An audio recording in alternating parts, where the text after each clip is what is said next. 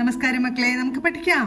ഇന്ന് നമുക്ക് ഊ വരുന്ന ചിഹ്നങ്ങൾ ചേർത്ത വാക്കുകൾ എഴുതി പഠിക്കാം.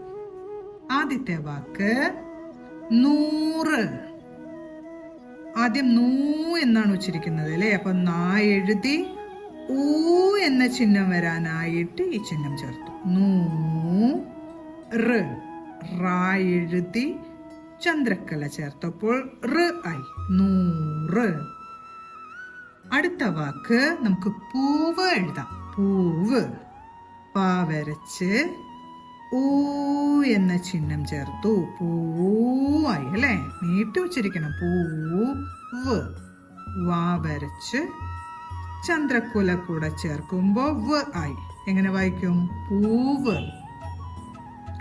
അടുത്ത് നമുക്ക് രൂപ എഴുതാം. രൂപ.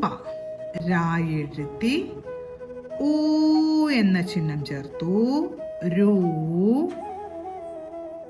പാ വരച്ചു. രൂപ. അടുത്ത നമുക്ക് തൂവാല എന്ന വാക്ക് എഴുതാം.